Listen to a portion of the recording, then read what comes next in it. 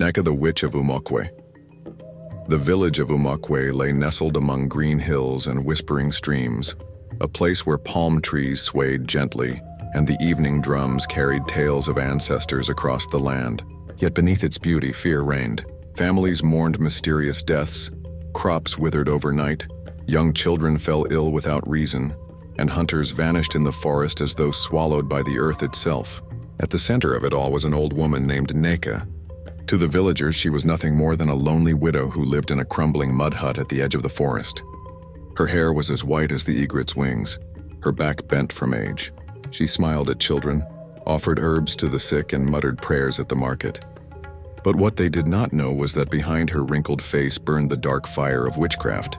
For decades, Neka had walked the village at night in the form of a cat, a shadow, sometimes even a gust of wind.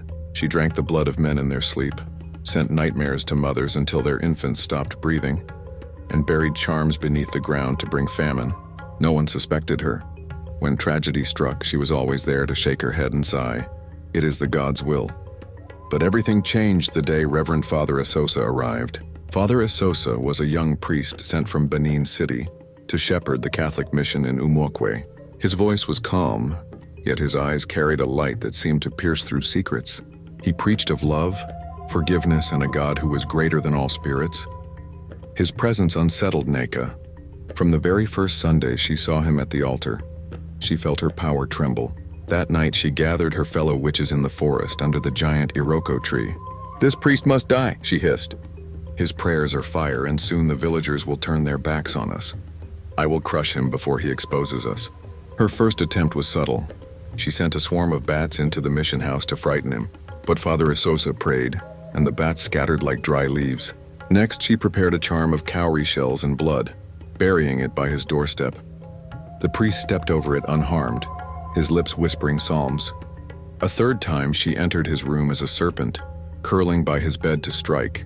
But the crucifix hanging on the wall burned her until she fled screaming into the night. The villagers noticed her unease. For the first time in years, Neka no longer appeared at community gatherings.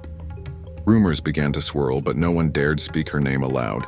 Then one evening, Father Esosa called for a village-wide prayer at the central square. Men, women, and children gathered with candles in their hands. The priest lifted his voice, praying against every hidden darkness tormenting Umokwe.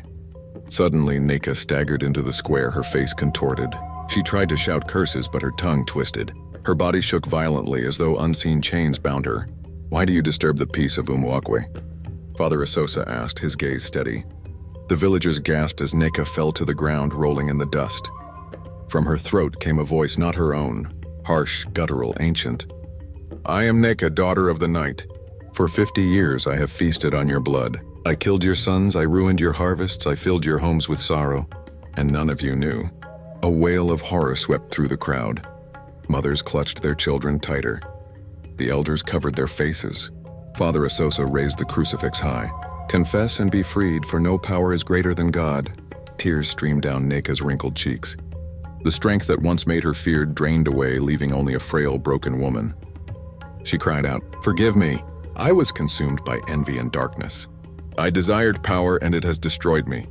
As the words left her lips, her body convulsed one final time. With a long, shuddering sigh, Neka lay still. Silence filled the square. The witch who had terrorized Umokwe for generations was gone.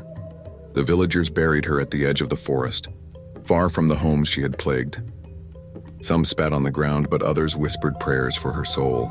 From that day, peace returned to Umokwe. Crops flourished again. Hunters brought home game, and children played freely without fear. Father Esosa continued his mission, teaching the people to place their trust not in charms or shrines, but in the power of faith and truth. Yet the memory of Neka lingered.